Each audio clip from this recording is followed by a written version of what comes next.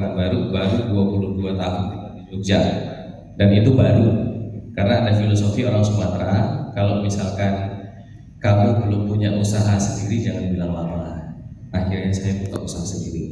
Terus kemudian saya ketemu lagi dengan banyak orang Sumatera, dia bilang kalau sudah punya usaha belum punya rumah jangan bilang lama, saya beli rumah, ya kan. Kemudian ketemu lagi dia bilang kalau belum punya mobil jangan bilang lama, dia bilang gitu kan. Waduh, akhirnya saya memotivasi diri punya rumah, punya mobil, punya usaha. Terakhir mereka bilang gini, kalau punya istri, ya, kalau belum punya istri jangan bilang lama. Nikah lah saya pak, ya kan? Begitu pas ketemu lagi mereka bilang kalau baru satu jangan bilang lama. Aduh bahaya nih. Jadi saya baru satu, jadi akhirnya kalimatnya baru, gitu kan? Nah jadi Bapak dan Ibu mungkin tadi Bu Puspo saya izin, saya bukan ex komisaris Danone, saya adalah pemuda pertama Indonesia yang dibina oleh ex komisaris Danone di umur 20 tahun. Jadi boleh mas, boleh tepuk tangan, boleh. Ya. Jadi sejujurnya kalau saya mempelajari tentang organisasi Karang Taruna saya belum pernah mempelajari. Ya, hanya saja memang beberapa kali kegiatan kami di Jogja itu rata-rata diikuti oleh teman-teman dari Karang Taruna, sehingga kemudian mereka terinspirasi, ada yang bikin peternakan ayam, ada yang bikin lele dan segala macam. Nah, baru benar-benar menyentuh Karang Taruna yang malam ini nih. Jadi kayaknya saya harus belajar habis ini Bu Puspo. Mudah-mudahan habis ini saya bisa kemudian berkolaborasi ke teman-teman, karena sekitar 3 bulan yang lalu saya ditelepon dari Kementerian Koperasi, saya diminta untuk ngawal Koperasi Desa Merah Putih juga, dimana kalau di situ di koperasi wajib untuk berbisnis kan gitu. Ternyata kalau Karang Taruna nggak boleh Karang Taruna yang berbisnis, ya, karena ternyata Karang Taruna hanya sebuah wadah. Ya, nah artinya malam hari ini saya akan lepaskan dulu baju Karang Tarunanya, saya akan bicara seolah-olah Anda semua adalah calon entrepreneur atau mungkin entrepreneur, gitu ya. Kita sepakat? Sepakat. Oke, di antara Bapak dan Ibu sekalian yang sudah punya usaha angkat tangan. Oke, saya angkat tangan yang tinggi boleh? Oke. Oke. Pernah tapi belum. Yang belum punya usaha hari ini katakan. Yang belum punya usaha. Saya berusaha terus. Baik, tadi yang sudah punya usaha angkat tangan, yang sekarang belum punya angkat tangan. Sekarang yang tidak mau ngaku angkat tangan. Ya, baik, Bapak dan Ibu, kebetulan 3 tahun sebelumnya di tahun 2019 ya, di tahun 2019 mungkin sebagian mas mikrofonnya over mas, ya kita bikin empuk aja, oke, siap. Jadi di tahun 2019 itu sampai tahun 2023 yang lalu saya sebenarnya adalah konsultan tenaga ahli di kementerian di provinsi Jawa Tengah. Kebetulan waktu saya di Kementerian BUMN, saya sempat jadi tim ahli di Kementerian BUMN. Kalau mungkin Anda pernah dengar ada namanya Rumah Kreatif BUMN. Kebetulan Klaten kayaknya nggak jalan, ya. Jadi Rumah Kreatif itu ada di 514 kota, diinisiasi oleh Bu Rini Sumarsono, kemudian mangkrak. 1 tahun kemudian, entah gimana caranya, saya kemudian dipertemukan dengan salah satu tim dari Bu Rini, dan kemudian akhirnya Bu Rini minta saya untuk menjadikan kota Jogja menjadi contoh percontohan, dan alhamdulillah apa yang kami lakukan kemudian direplika di 514 kota kecuali Klaten kayaknya, karena waktu itu kalau saya nggak salah BNI-nya yang belum mau bergerak, kalau nggak salah dulu itu BNI ya. Jadi nah setelah saya selesai di BUMN melahirkan beberapa, kalau mungkin Anda pernah dengar ada namanya program BRI Inkubator, Bapak dan Ibu, itu salah satu peninggalan saya di nasional sebelum saya pensiun dari nasional. Karena berhubung di nasional itu politiknya kenceng, ya, dan saya bukan pak politik, di sana itu konsepnya ABS, asal bapak senang. Wah, masya Allah. Depan kita ngomong iya, di belakang itu benar-benar ibarat filosofi orang pakai belangkon. Nengar panen terus gurine jendul. Ya, begitu pas saya diminta perpanjang kontrak, saya bilang enggak, saya mau balik ngurusin pemberdayaan berbasis di bawah aja. Saya cuma butuh waktu sekitar 6 bulan. Tiba-tiba di WA saya masuk habis acara Zoom dengan salah seorang pejabat besar, gubernur waktu itu, gubernur Jawa Tengah. Beliau tanya sama saya di Zoom, apa Mas Bio konsep kita kalau nanti pas waktu itu COVID kan? Saya bilang gini Pak, bla bla bla bla bla bla. Ya, wah si Bapak bilang keren idenya, orang kayak gini harus ditangkap. Dalam hati saya cuma satu, prank. Karena saya sudah ketemu dengan banyak pejabat yang just, ya. Ternyata 5 menit setelah Zoom selesai, beliau WA saya, Mas, keren, makasih ya maksudnya. Oh, oke, sinten nggih. Saking polos dan begonya sinten nggih. Dijawab Ganjar. Saya tanya, Ganjar sinten Pak? Ganjar Pranowo. Tadi. Dan kemudian beliau bilang, Mas, tolong bantu Jawa Tengah. Jadi 2020 officially saya kemudian menjadi salah satu timnya Pak Ganjar dan saya tidak pernah mau di SK-kan sebagai tenaga ahli.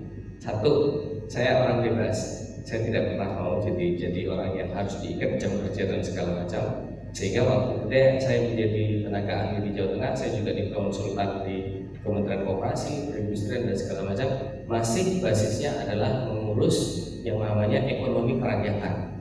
Sampai terakhir sebelum beliau lengser, Pani Radio Keistimewaan, Bapak Ibu ngerti ya? Di Jogja ada Pani Radio Keistimewaan. Itu mau bikin sebuah program peningkatan rasio kewirausahaan yang dipegang oleh Dinas Koperasi. Tiba-tiba saya diminta pulang dan kemudian sampai hari ini saya pulang dan kaki saya hari ini ada di 2 dinas di Provinsi DIY. Satu di Dinas Koperasi, satu lagi adalah di Dinas Pendidikan dan Olahraga. Buat apa? Jadi kami di Jogja itu lagi membangun gimana caranya anak SMK kelas 1 sudah punya usaha. Keren. Ya, dan mereka sudah dapat pendanaan kalau mereka berhasil mempresentasikan konsepnya di depan para pemilik duit, Pak. Ini kemarin baru aja hari Kamis yang lalu kita baru membagikan sekitar 150 juta. 150 juta kepada 35 anak-anak SMK yang mereka awalnya hanya 80. Nah, jadi nanti Bapak dan Ibu seandainya memang ada yang bisa kita kolaborasikan untuk usaha Anda secara pribadi, monggo. Kalau kemudian misalkan Karang Taruna butuh arahan dan segala macam, saya welcome. Ya, nanti kita bisa ada waktu karena kebetulan di Klaten itu saya pernah jadi gini. Hobi saya itu adalah seperti hal papa saya. Saya cuma melihat papa saya di dinas sosial nolongin orang yang kebanjiran. Kemudian bapak saya disalamin banyak orang, saya nanya, Papa ngerjain apa sih? Ya sampai ada yang makasih Pak, sampai nangis-nangis gitu kan. Apa sih? Belum lagi waktu itu saya datang ke BPRVPD yang ada di Kota Bogor. Ya, papa saya ngantarkan orang difabel, saya lihat apa sih yang dilakukan papa saya? Emang segitunya ya dinas sosial, saya pikir gitu ya. Ternyata memang membangun karakter itu bahagiannya dari dinas sosial. Nah, dalam perjalanan itu saya sempat kehilangan arah Bapak dan Ibu. Ini kita bicara jati diri ya. Jati diri, saya sempat kehilangan arah masuk kuliah dan saya diselamatkan oleh teman-teman entrepreneur pelaku usaha. Dan saya janji demi Allah lillahi ta'ala, saya akan melakukan yang namanya pemberdayaan manusia. Saya nggak peduli waktu itu namanya apa, ya. Saya akan keliling Indonesia pakai duit saya sendiri, masuk ke pelosok, bikin pelatihan entrepreneurship sampai akhirnya itulah yang menjadi DNA lahirnya BHMTC Indonesia. Ya, nah jadi sekali lagi saya bilang ini hal baru bagi saya masuk ke Karang Taruna officially secara baru dan saya langsung saja lemparkan kesempatan kepada Bapak dan Ibu. Habis ini kalau kita mau ngobrol silahkan karena di Klaten ada komunitas BHMTC. Jadi saya hampir di 11 kota itu punya komunitas yang setiap bulan Ramadan saya datang berkunjung. Saya nanya progres mereka, apa yang terjadi dan segala. Itu kayaknya juga bagian dari pemberdayaan sosial ya. Ya. Nanyain mereka seperti apa progresnya, nanti ada yang boleh cari di googling, itu banyak sekali berita-berita tentang bagaimana kami kemudian mengelaborasi bersama pemerintah atau kami bikin sendiri bagaimana kemudian agar itu menjadi sebuah ekosistem yang utuh. Nah, pertanyaan berikutnya begini teman-teman sekalian, Bapak dan Ibu yang punya usaha, ya pernah ngalamin bangkrut nggak? Pernah. Enak ya? Gak enak. Sangat gak enak sekali. Gak enak loh. Ini kita bicara peningkatan kapasitas ya. Bapak dan Ibu yang belum punya usaha itu gara-gara pernah bangkrut lalu nggak mau usaha lagi atau memang belum pernah nyentuh sama sekali? Pernah bangkrut. Belum pernah nyentuh sama sekali. Maka saya akan kasihkan materi anak SMK. Saya juga bilang gini, kenapa sih pada dasarnya kita harus meningkatkan kapasitas kita berbasis entrepreneur? Kan itu? Karena akhirnya gini, everybody has a dream.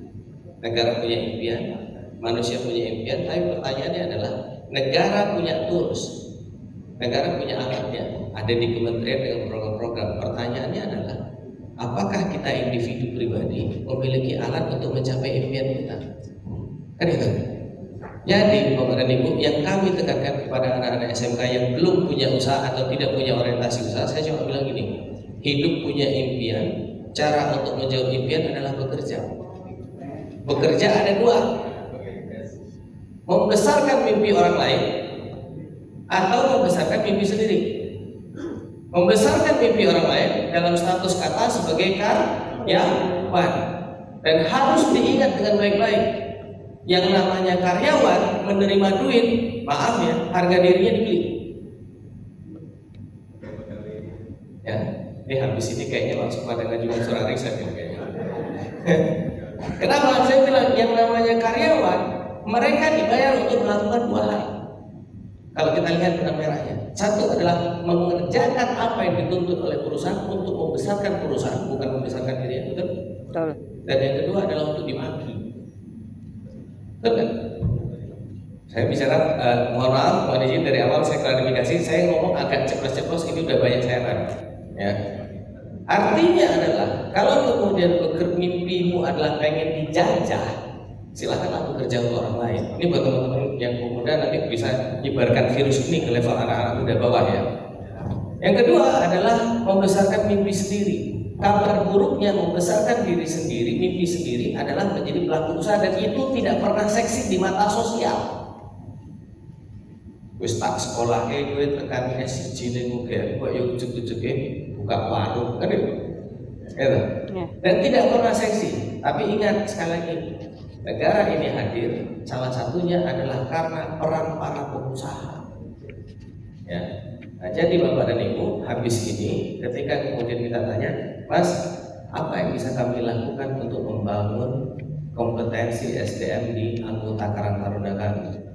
Ada satu pembelajaran yang tidak akan pernah diajarkan di sekolah, Bapak dan Ibu. Apa itu? Adalah berpikir kreatif. Berpikir kreatif itu seperti apa? Dengan membiarkan mereka menciptakan ide liar tanpa harus dipatahkan. Terutama dalam bicara soal impian. Indonesia, ini saya berkali-kali ketemu kepala sekolah, sering saya kepala kepala mereka. Saya bilang, ada di dunia ini dua pola manusia yang bekerja. Satu adalah bekerja otak kiri, satu lagi otak kanan. Otak kiri itu adalah otak yang selalu nyari aman. Dia bukan perintis, dia adalah pewaris. Dan potensi pendidikan Indonesia adalah mewariskan. Pendidikan di Indonesia itu mewariskan. Contoh, Bapak dan Ibu ketika kemudian dulu waktu SD disuruh bikin pemandangan, pasti mewarisi pemandangan alam berupa gunung, padi, rumah, nyung, betul nggak? Mewariskan sampai hari ini kan Bapak Ibu. Dan gambarnya itu nggak akan jauh-jauh dari gunung segitiga terus ada di jalan melengkung, betul nggak? Kenapa? Karena mungkin gurunya sendiri tidak memiliki kreativitas. Kemarin minggu lalu saya baru ngobrol sama kepala sekolah di SMK 1 Muhammadiyah Turi. Beliau bilang, iya juga ya Mas.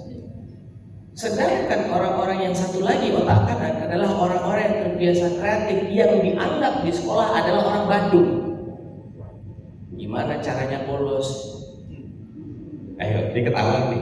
Yang sering bolos, selamat datang ketemu sama bio, Anda berarti orang terpilih. Ya. Kenapa? Karena cikal bakal entrepreneur adalah orang-orang yang iseng. Demi apa? Dia mencari solusi, Pak. Gua boring. Caranya boring gimana? Biar selesai, kan gitu. Maka dia bolos. Hanya saja ketika kemudian ada aturan yang diciptakan otak kiri tidak terpenuhi oleh orang otak kanan, maka otak kiri menjudge bahwa otak kanan salah.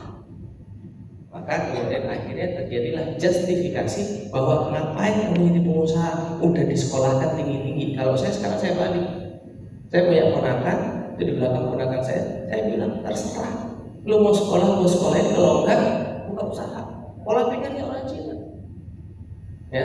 Dan satu kabar buruk lagi, setelah saya 22 tahun menjalankan bisnis dan jadi konsultan, jadi sambil jalan ya, saya baru sadar Demi Allah lillahi ta'ala saya bilang. Ternyata semua orang dalam ruangan itu termasuk saya tentunya diset oleh pendidikan untuk menjadi bangkrut. Percaya atau tidak percaya, Anda silahkan evaluasi lagi. Rata-rata ciri-cirinya pertama begini Pak, tidak ada duit dia bingung, dia berlomba-lomba nyari duit, begitu dapat duit dia berlomba-lomba buat ngabisin ke orang. Iya, Benar? betul. Wes wah aku ketoknya kudu duit wong itu begitu pas orang itu piye ya caranya ben entek. Karena itu ternyata adalah sebuah konsep yang memang disetting oleh pengusaha agar sebuah bangsa terdoktrinisasi untuk mereka menjadi karyawan, ya, untuk menolong bisnis mereka. Dan zaman dulu kalau ada speak up sedikit yang berlebihan, yang terjadi apa? Petrus, betul kan? Betul ya, Bu, ya? Kalau zaman sekarang paling teliti. Ya. Nah, menarik Bapak dan Ibu, artinya adalah begini. Saya akan melihat korelasi begini, Bapak dan Ibu, Anda boleh pilih Anda adalah orang otak kanan atau otak kiri. Saya nggak masuk digital marketing dulu ya, kita samakan persepsi dulu ya. Iya. Anda silakan lihat, orang otak kanan biasanya tingkat imajinasinya liar, dan dia tidak akan menciptakan keterbatasan. Nanti kalau nggak dapat ini gimana? Nanti kalau nggak dapat ini, itu orang otak kiri. Orang otak kiri hidup dengan yang namanya penuh dengan asumsi. Ya. Iya. Di mana nih Pak? Pak Ganjar hafal Pak. Nek kalau bioke asumsinya gede. 3 huruf depannya tak gede, asumsi. Orang-orang otak kiri selalu hidup dengan asumsi. Orang otak kanan jalan dulu aja, kalau gagal baru kita evaluasi. Nah ini biasanya nanti ketika teman-teman di Karang Taruna mau bikin event, biasanya nanti muncul 2 kategori ini dalam hal bekerja. Satu yang otaknya rada pesimis, satu lagi yang otaknya optimis. Oke? Nah menarik Bapak dan Ibu, ketika kita bicara otak kiri dan otak kanan, ya, otak kiri dan otak kanan ini, akhirnya kita kembali kepada satu hal lagi. Kenapa orang otak kiri ketika dia meloncat jadi orang otak kanan menjadi entrepreneur, ya, mereka penuh keraguan karena satu didikan. Yang kedua adalah asumsi bahwa yang namanya berbisnis berbahaya itu bukan namanya asumsi lagi, tapi itu adalah resiko dan konsekuensi. Dan buat teman-teman yang otak kanan, saya bilang kalau Anda belum pernah bangkrut, berarti Anda belum menjadi pengusaha. Karena ternyata salah satu jalan untuk jadi pelaku usaha adalah bangkrut. Tolong dibedakan bangkrut dan goblok. Ya, kalau bangkrut itu besar pasak daripada tiang. Kalau dia punya usaha belum gede, lalu dia bikin usaha baru, dia subsidi silang, itu namanya goblok. Dia baru punya satu usaha, belum terlalu gede, omsetnya nggak dapat, kemudian dia bikin usaha yang lain, kemudian dia disubsidi silang. Atau mungkin dia punya usaha, duitnya wis kurang, lalu dia bagikan ke orang lain, dia invest di bawah kabut, itu bukan namanya bangkrut. Bangkrut itu adalah kondisi salah kelola sebuah sistem keuangan, bukan dari beberapa unit bisnis. Ya, jadi nanti kalau semuanya masing-masing Bapak dan Ibu kemudian akhirnya jadi pelaku usaha, hati-hati. Pelajaran pertama yang saya alami dari kebangkrutan adalah apa? Terlalu menjadi palu gada.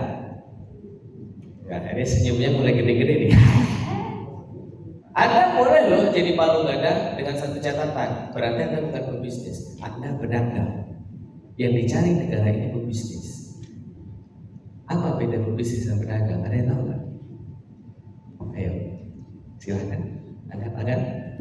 Apa beda pebisnis dan pedagang? Mas, silakan Mas. Bagi saya secara pemikiran saya cari Pak. Kalau pedagang itu yang dicari adalah Harus untung, oke. Bisnis siapa bisnis apa? Saya pedagang bukan yang ngambil resiko Mas. Jika akeh, berarti rada resiko modal deh. Ayo. Oke, thank you Mas. Yang lain, Bapak dan Ibu, Mas, Mas. Kalau pedagang ibaratnya pulangan jual, kalau bisnis itu ngurusin produksi sampai ke kemasan. Oke, Kalau pebisnis itu ngurusi produksi sampai pemasaran. Oke. Kalau pedagang dia hanya mulai jual. Iya. Berarti cerdas pedagang dong. Konsepnya lebih sederhana, duitnya kan? Cepat kaya. Antara pedagang dan pebisnis cepat kaya. Siapa? Pebisnis. Pedagang. Yang bagus jadi pedagang atau jadi pengusaha? Ayo. Pengusaha no. Iya, Pak. Coba. Monggo, Mas.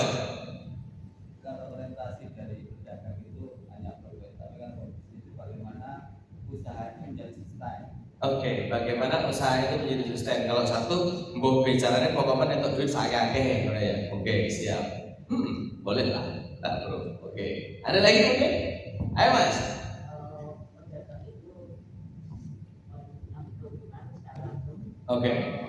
Bisnis itu biasanya menciptakan sistem agar sustain seperti itu. Oke, kalau pebisnis dia bangun sistem. Biar sustain dan kerja. Oke, Mas ada punya toko, ada seorang pemilik toko, bangun toko klotok, usahanya rame, dia punya karyawan banyak dan kemudian diteruskan sama anaknya. Itu dagang atau bisnis, Mas? Bisnis keluarga. Menciptakan sistem. Anaknya jajannya ragil Mas dipaksa, Mas. Iya, Iya, Mas. sambut. Bisnis atau dagang? Bisnis. Oke, nanti kita bahas ya. Ada lagi tadi? Siapa tadi? Ya, monggo Pak. Kalau pedagang itu orientasinya mencari untung, Oke. itu untuk dirinya sendiri. Ya. Namun kalau pebisnis itu untuk mengembangkan suatu perusahaan, Ya. itu mengajak untuk bersama orang-orang yang di sekitarnya. Oke. Jadi melibatkan orang banyak. Melibatkan orang banyak. Dalam hal ini orientasinya adalah untuk kepentingan sosial. Untuk kepentingan sosial juga. Oke, baik. Ada lagi yang lain argumennya? Oke, saya coba gini. Kalau kemudian kita bilang gini, pebisnis dan pedagang, kalau kita bicara antara orang cerdas dan orang pintar, kira-kira pedagang itu orang apa? Orang pintar. Orang pintar? Atau orang cerdas? Orang pintar. Orang cerdas itu yang pebisnis. Bisnis. Iya. Nah, maka saya balik tanya lagi. Berarti yang dia tidak berprofesi sebagai pedagang dan pebisnis berarti golongan orang apa?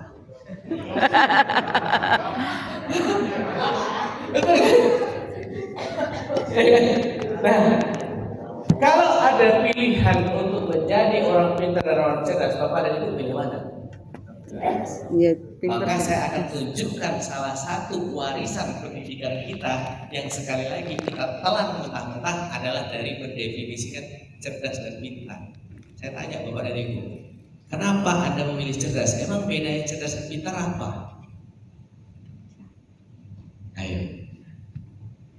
Kenapa bedanya? Kok malah milih lebih cerdas daripada jadi orang pintar? Cerdas oke kali. Kalau cerdas gimana Bu? Oke kali. Nek cerdas akeh akale, berarti wong pinter ra akeh akale. Stagnan. Oke. Mbak, bedanya orang pintar sama orang cerdas apa? Ayo Mbak. Orang ngerti. Nah, monggo Mbak. Kalau orang pintar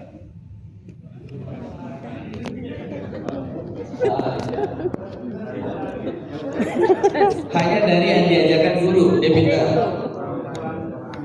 cerdas bisa selalu berinovasi. Selalu berinovasi. Orang pintar tuh ada loh Pak yang bisa inovasi Pak. Awas loh Pak Hari SI loh Pak, sistem informatika loh. Ya, sistem informatika itu rata-rata orang pintar, bukan orang cerdas. Ya kan? Dan mereka melakukan inovasi. Ini kok coding ini nggak berhasil, berarti harus coding kayak gini. Nih, saya kasih gambaran aja. Bapak dan Ibu bedanya sederhana. Orang pintar minum Tolak angin. orang pintar minum Yang lainnya. ini korban branding. Padahal orang pintar minum air putih Bapak dan Ibu. Betul ya? Oke. Orang cerdas minum air apa? Air putih. Apakah ini putih? Bening. Kenapa disebut air putih? Kenapa? Korban juga. Nah, ini era korban. Kenapa diaminin? Hah? Kenapa diaminin ini putih? Nek kita ingin Mbak. Ini lagi putih Mbak. Ayo. Korban iklan, Pak. Betul nggak? Kenapa kita aminin? Kenapa?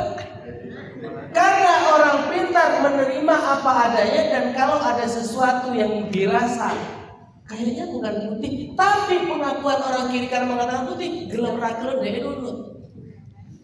Gue mau pintar Pak. Nek cerdas, maka dia akan berusaha mencari, kok bisa ya? Kok bisa ya? Akhirnya bilang, ayo terang. Betul?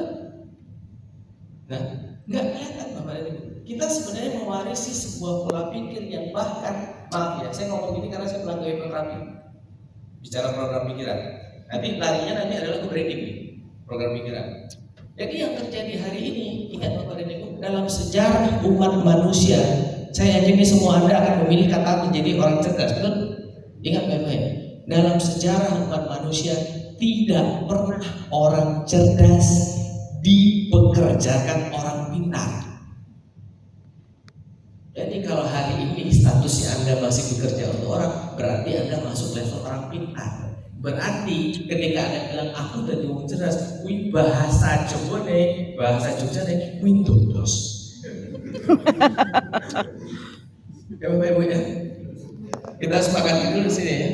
Nah akhirnya kita kembali, pengusaha adalah orang-orang yang memiliki kecerdasan. Kecerdasan apa? Dia sama-sama membangun toko, hanya saja kalau pengusaha dia akan berpikir satu titik. Bagaimana caranya, kapan saya akan berhenti dari usaha ini dan kemudian usaha ini bisa menghasilkan buat saya. Tapi kalau dia adalah pedagang, itulah yang terjadi di UMKM di Indonesia, sekitar 9 juta orang saya sudah ketemu. Saya tanya, mau sampai kapan bisnis Bapak dan Ibu? Jawabannya, mau sampai mati. Maka dia pedagang. Kalau dia pengusaha, dia akan berpikir, di umur berapa saya harus keluar dari bisnis ini, atau di umur berapa bisnis ini harus saya jual ke orang lain. Jadi ternyata kalau kita kemudian berbicara secara menyeluruh, antara pedagang dan pebisnis itu terletak pada mindset saja. Barang yang dikerjakan sama, cara berpikirnya berbeda. Karena gitu. Dan ini nanti akan menjadi PR bagi Bapak dan Ibu ketika kemudian kita menggerakkan orang-orang di bawah untuk mereka bekerja bersama.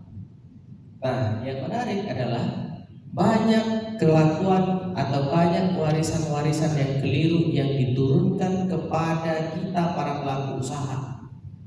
Salah satunya tadi pemahaman tentang berpikir cerdas, berpikir pintar. Kemudian yang paling mendasar lagi adalah Bapak dan Ibu. Ini sebagai Karang Taruna pasti ada yang mengelola UMKM, betul ya? Ada ya? Apa sih masalah UMKM itu? Apa sih masalahnya? Modal, pemasaran, betul? Itu jawaban orang pintar. Saya izinkan saya untuk mencerdaskan teman-teman sekalian. Di dalam ilmu keuangan, yang namanya pemasaran pasti mengeluarkan duit, betul nggak? Iklan, betul? Sekarang saya tanya, UMKM fokus mereka datangkan duit atau uang duit? Berarti bukan pemasaran dong. Karena kalau kita kembali di dalam konteks keuangan, pemasaran adalah uang keluar. Kalau ada yang bermasalah dengan yang namanya pemasaran, saya tinggal tanya, punya anggaran iklan berapa? Maka selesai pemasaran. Ya, betul nggak? Betul? Nah, ini lupa sedikit. Aku jenenge mau cerdas atau soy. Masalah sebenarnya di Indonesia itu bukan pemasaran Bapak dan Ibu, melainkan adalah penjualan. Di dalam struktur kerangka berpikir seorang keuangan, penjualan menghasilkan uang. Sedangkan pemasaran adalah membuang waktu dan membuang Kalau penjualan goalsnya uang masuk, terjual, sedangkan pemasaran goalsnya adalah orang tahu. Aku. Nah, ini yang kemudian teman-teman tolong bantu saya untuk merapikan lagi warisan-warisan keliru yang kita dapatkan di sekitar kita. Ya. Kenapa? Ini itu cukup banyak yang berpikir, oh masalah saya pemasaran. Bukan. Faktanya adalah kalau Bapak dan Ibu kemudian nih ada sesuatu barang yang agak aneh ya di dalam ruangan ini. Saya coba lihat dulu ya. Sebentar. Mbak punya pulpen? Ada punya pulpen? Ada. Pensil itu. Pulpen, ada yang bawa pulpen? Ada. Mbak. Oke. Mbak siapa namanya? Siti. Mbak Siti. Mbak Siti tolong bantu saya. Harga pulpennya berapa? 2000. Oke, tolong jualkan 10.000 ke dalam teman-teman di kelas ini. Seperti apa caranya dengan ngomong? Ayo silakan.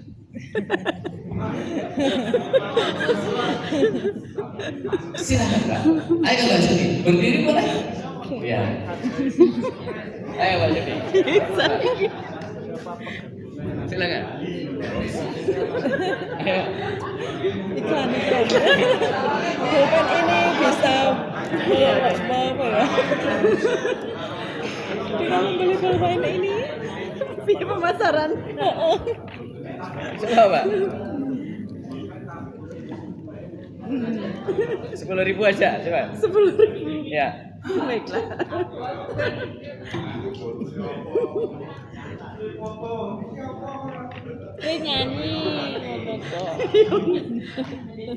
Terima kasih. Baiklah Bapak Ibu yang kami hormati, pada kesempatan malam hari ini saya memiliki sebuah pulpen. Apakah Bapak Ibu pada malam hari ini ada yang memiliki pulpen? Tidak. Pulpen saya ini spesial sekali.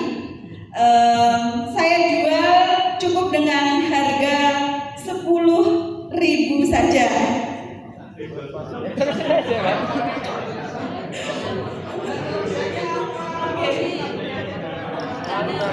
Oke, iya. Jadi pulpen ini kebetulan oleh-oleh dari teman saya yang kebetulan teman saya kemarin baru saja umroh, sehingga pulpen ini memiliki cuma ikut ke sana Pak. Oke.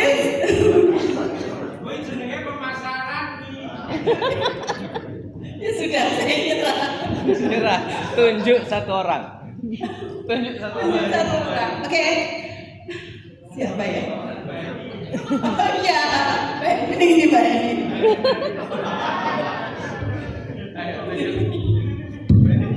Oke. Saya minta tolong kepada Mbak Eni, silahkan berdiri. Ayo, boleh. Silakan. Bantu Mbak, tolong jualkan Mbak. Ayo tolong jualkan, nanti saya kasih komisi 50-50. Ayo Mbak. Silahkan berdiri. Ayo. Ada yang mau? Bapak dan Ibu ada yang mau nyoba? Ada yang mau nyoba? Monggo. Pak Heri, Mas Wawan. Oke, silakan. Sip. Ayo Mas. Yang begini saya coba dulu ya Pak ya. Ya, oke. Hasil ya, mohon maaf. Ya, oke. Kalau cara dari saya tuh lebih ke gini sih. Ini sebagai contoh aja ini. Ya, ini korban TikTok ini. Oke. Mas, ini saya minta tolong untuk Mas tuliskan nama di kertas ini tapi harus menggunakan pulpen. Oke. Terus Bi. Kalau nggak ada ini saya jual 10.000 kalau mau Mas. Enggak mau. Itu contoh. Ya contoh. Sekarang gini Mas. Sini Mas. Ini beneran Mas. Ini beneran kali ini.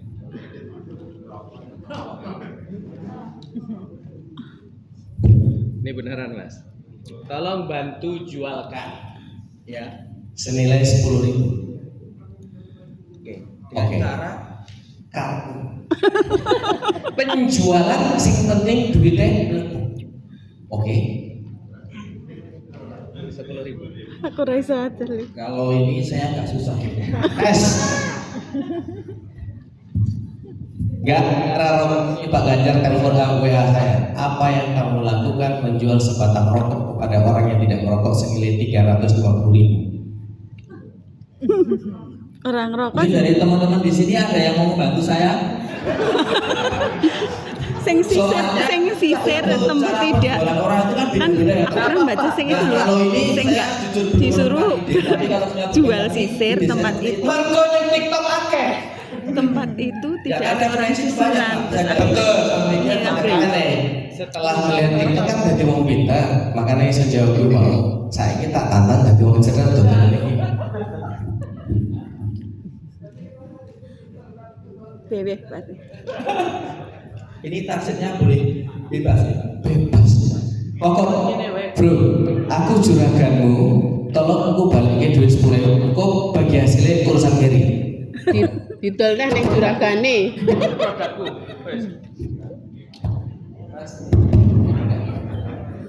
Oke, mungkin akan saya coba ya Pak.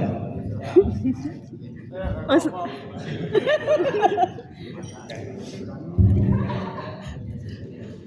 oke Ayo, Mas. ketemu Ayo. Ini kita bablaskan sampai jam 12 pagi ya. oke Masih Mas. Saya lihat-lihat kok kayaknya ini masanya sedang mengalami banyak masalah tuh. Betul atau enggak Mas? Cara saya betul ya Mas? Nah, saya punya beberapa cara dan setiap orang tuh punya cara masing-masing untuk menghilangkan atau mengatasi permasalahan yang sedang ia hadapi. Oke. Nah sip. kalau Mantap. dari cara yang saya kasih saran buat Mas, dan ini sudah teruji dan juga terbukti, jadi berdasarkan evidence base Masa bahwa komputer banget ini. Oke. bahwa kalau semisal rokok ini kebanyakan orang menganggapnya banyak dampak negatifnya. Cuma ini juga ada dampak positifnya, yaitu dapat menghilangkan stres. Yang dimana ketika nanti Duit seseorang entek, Mas. bisa rokok, dia akan mendapatkan efek relax atau relax. Aku lewat isi pikiranku Mas. Ngilangkan stres bi, ngrungokke kowe wae stres aku. Gak apa-apa, namanya juga belajar ini Pak. namanya belajar Oke, terus. Gas. Nah ini udah teruji ya Mas. Nah mungkin Masnya harus coba ini Mas. Gak usah bayar. Masnya percaya nggak kalau ini ada dampak positifnya? enggak jantung kok Karena ini sudah teruji dan juga terbukti. Contohnya kalau dari Masnya,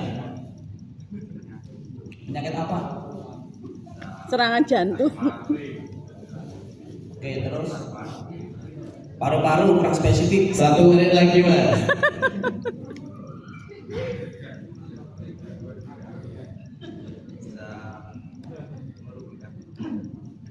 Jangan habiskan waktumu karena hidup nggak pernah tahu. Anggaplah itu adalah menjual untuk mendapatkan penghasilan hidup.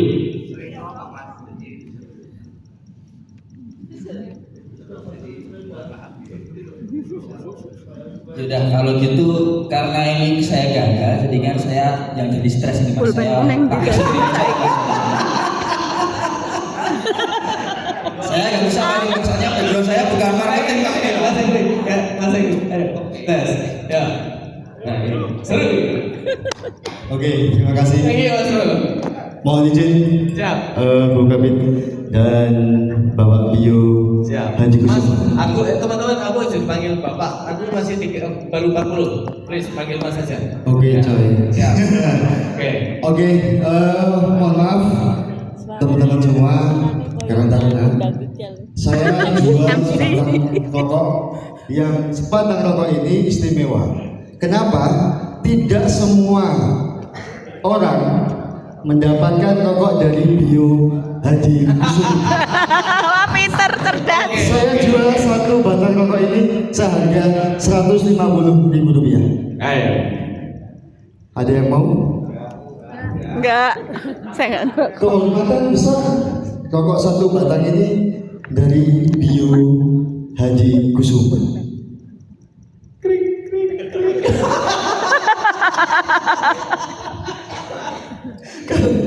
Ayo. Tadi harganya berapa? 10.000 aja. Oke, 10.000. Saya jual 10.000. Sebatang rokok ini mungkin di luaran sana tidak akan seperti yang saya pegang ini. Udah melempem. Rasanya Sama. Gagal. kenikmatannya dan sensasinya. Kenapa? Karena ini sudah dipegang sama beliau Mas Bio Haji Kusuma. Satu menit lagi Bang Rama, ayo. Oke, Mas Iwan. Ada yang mau beli nggak? Ini nggak ada yang merokok ya Pak? Boleh. Ya, silakan. Soalnya nggak ada yang merokok Pak. Dilarang merokok di sini. Cik, ya ini gantian Mas Ari nih Mas. Ya. 10.000 angel men. Ya, Boleh pakai cara apapun. apapun. Oke. Terserah. Saya ingin tanya kepada yang hadir di sini. Siapa yang sudah memiliki usaha tapi sulit modal? Saya ingin tanya. Serius. Saya sudah izin sama beliau, boleh pakai cara apapun. Apapun terserah. Saya penting 10.000 melebu ini. Ini sebatang rokok. Saya jual 10.000, insya Allah memudahkan bisnis jenengan. Serius. Simat kuwi. Ini yang mengeluarkan Mas Bio. Beli rokok ini gratis selfie sama Mas Bio. Jenengan nanti kalau ke BRI tunjukin saya anak didiknya Mas Bio. Jebule wong BRI saiki musuhku kabeh. Rasito 10.000. Ayo, ini bisa dipakai untuk personal branding. Selfie sama Mas Bio. 10.000, Pak. 10.000, Pak. Oh, ini ya. Ayo. Siapa yang mau? Oh, oke, boleh. Keluarkan Pak duitnya. Siap. Jadi dengan 10.000.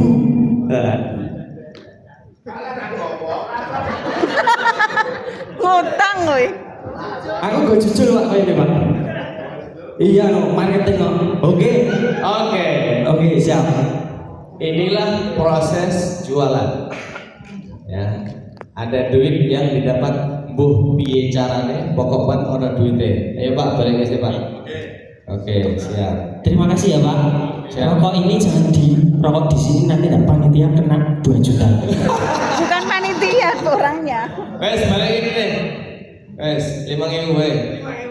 Wes, 5.000 karena 5.000 ini. Wes. Terima kasih Pak. Thank you. Kasih tepuk tangan dulu. Teman-teman satu ruangan ini pelajarannya nanti saya kurang rampung. Bapak habis beli itu Pak? Tolong kali ini jualkan harganya 50.000. Angin.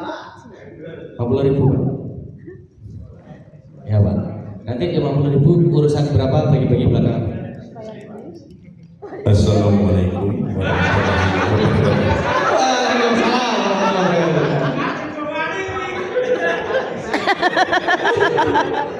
Begini Bapak Ibu yang terhormat, yang berbahagia, Kira-kira yang dirahmati gara-gara Allah. rokok. Masya Allah. Jadi ucapan itu adalah sebuah doa. Iya. Yang mengucapkan saya itu sunnah, namun yang mendengarkan, yang menjawab itu adalah wajib. Oke. Saya Terkait dengan rokok yang tadi yang ditawarkan dari Mas Bio lewat Pak siapa tadi? Pak Biar. Ya.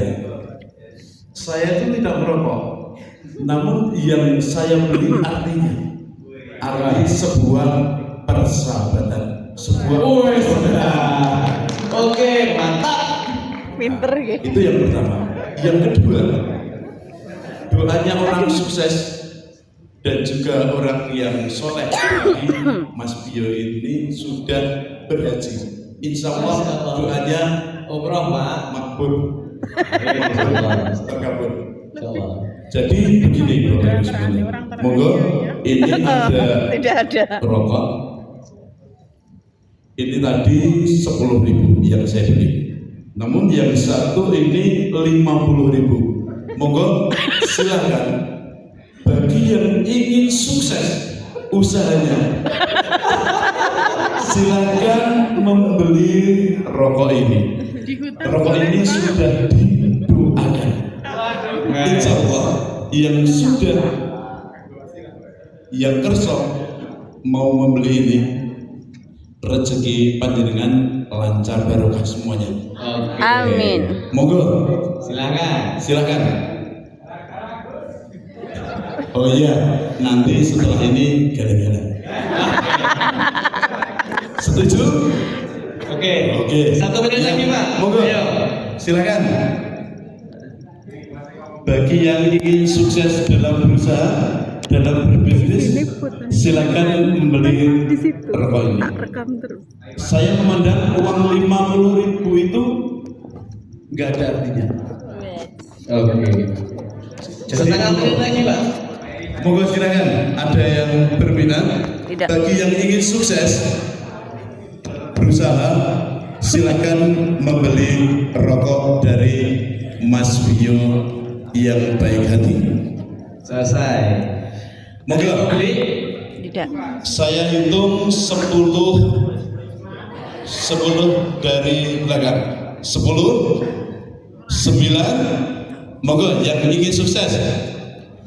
8, 7, 6, 5. Monggo. Wah, iki do kualat kabeh karo Kesempatan. Iki sing kendel wong tuwa lho iki. Ini kesempatan emas ini. Oke. Cukup 50.000, usaha panjenengan bisa lancar dan sukses, insya Allah berkah semuanya. Wis didoake, wis di woro-woro tetep ra ono sing tuku Pak. Wis Pak balik ya Pak. 4, belum Pak, belum Pak. Oh, belum. Ini hitungan sebelum mundur Pak. Iya. 3, 2, 2,5. Monggo. Reneng sing. Kok kayaknya di sini yang pengen sukses kok belum ada ya? Monggo. 2,5. Masuk angin, Mbak. 1,5. Tambah tuh, Pak. Oke. Gimana? Iya. Terima kasih ya Pak. Siap. Thank you. Bawa Makasih, minyak Pak. yang Iya, panas. makasih, Pak. Tepuk tangan dulu teman-teman buat simulasi kita hari ini. Kenapa saya ngasih gambaran ini?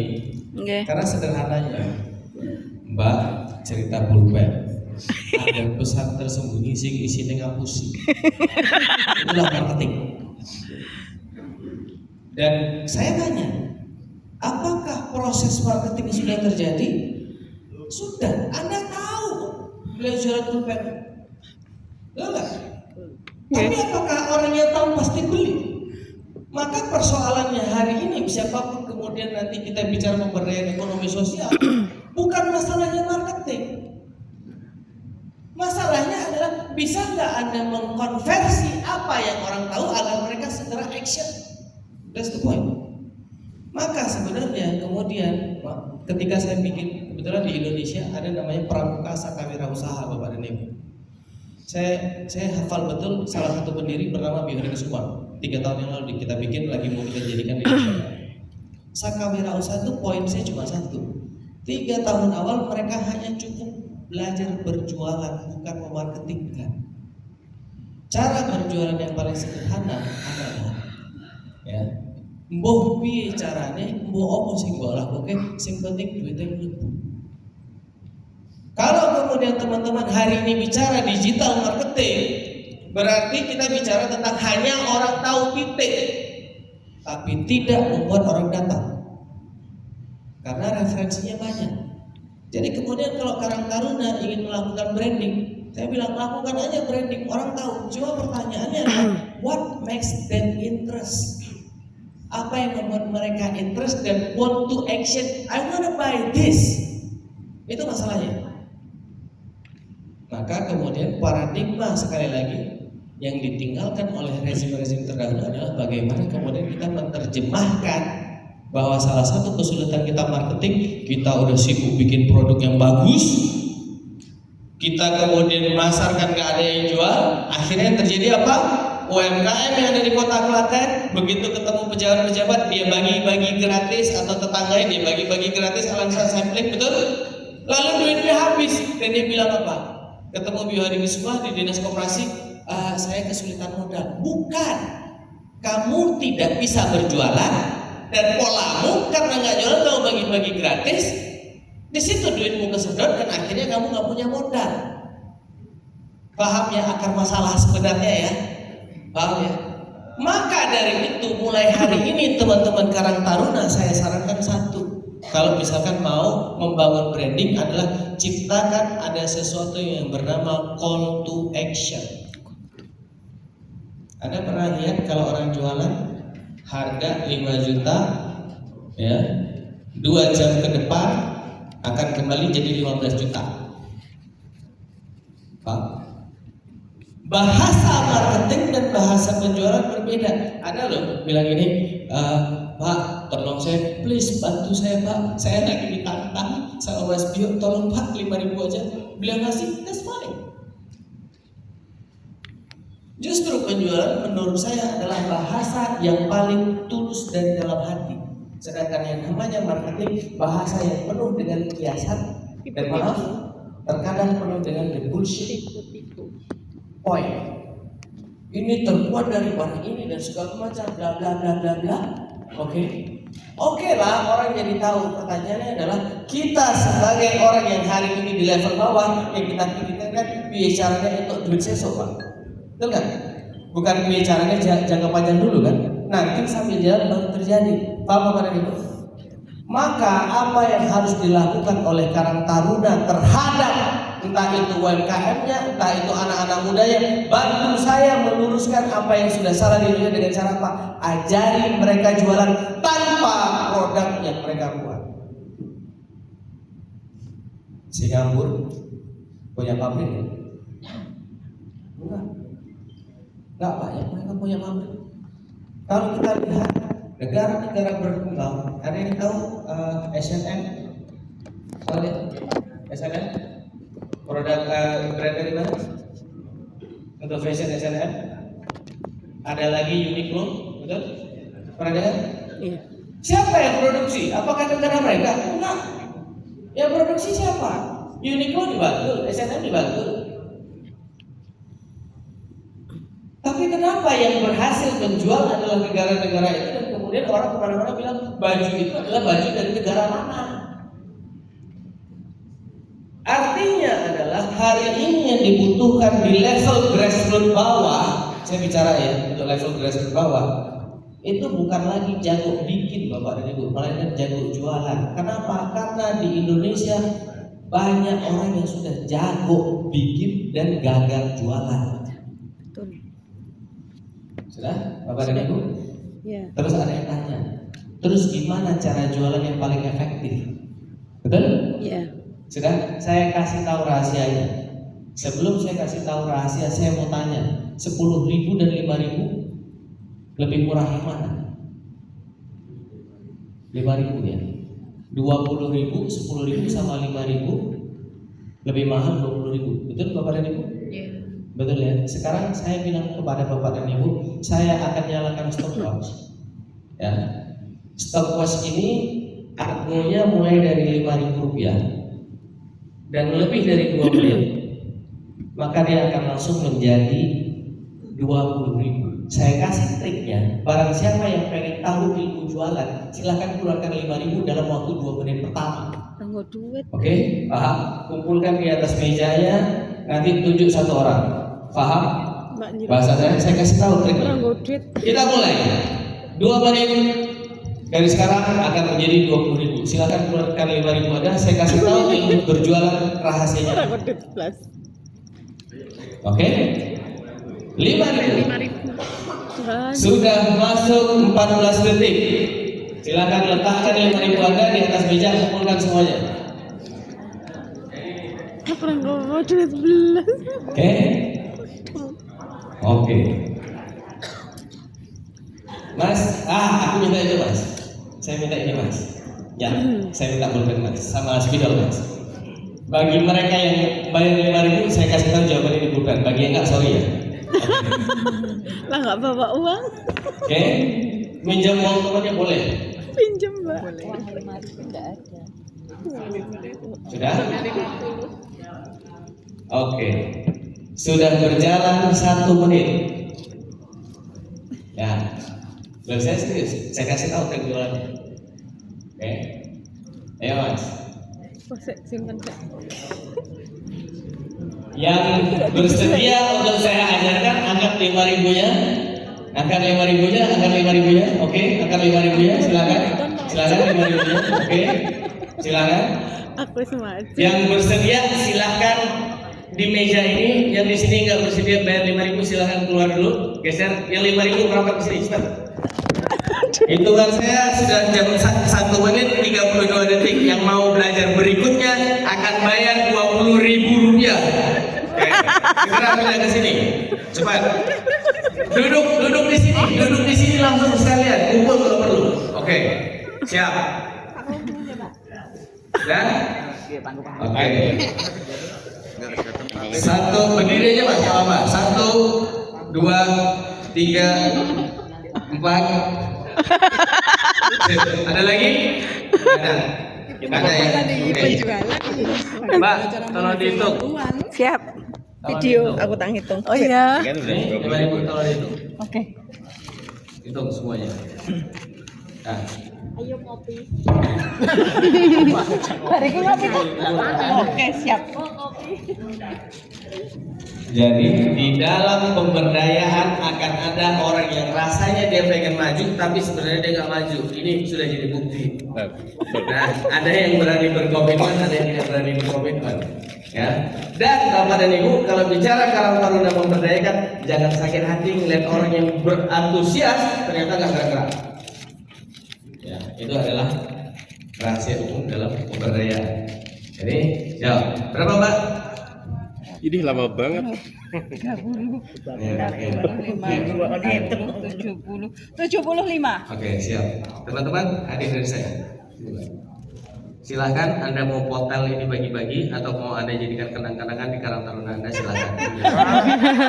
Sip. Sudah terjual senilai 75.000. sudah. Nah, Iya. nanti saya kasih tahu. Mas, ini. Oke. Sorry ya, tak share. Itu hadiahnya. Ingat, boh piye? Carane. Ini caranya. Oke. Khusus yang ini aja, yuk. Ini. Oke. Hanya boleh yang bayar 5.000. Bu. Enggak boleh, Pak. Enggak boleh. Jangan direkam, jangan direkam. Oh, lama ya ini. Mbak rekaman ini. Wes. Wah, keren banget.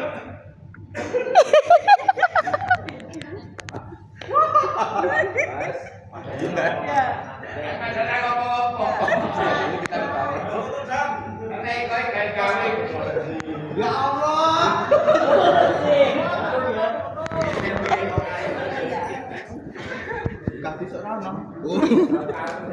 Oke sih. Mas. Aku tadi ngumpul ke Jangan video. Orang di video. Orang mundur sih, mundur Satu sih. lagi adalah ini. Iya. Sebentar. Oke. Lihat ya. Kita lihat ya. Oke. Rahasia, Bu. Makanya mau lagi. TikTok ya. 100.000 sekarang. Ayo, perhatikan ya.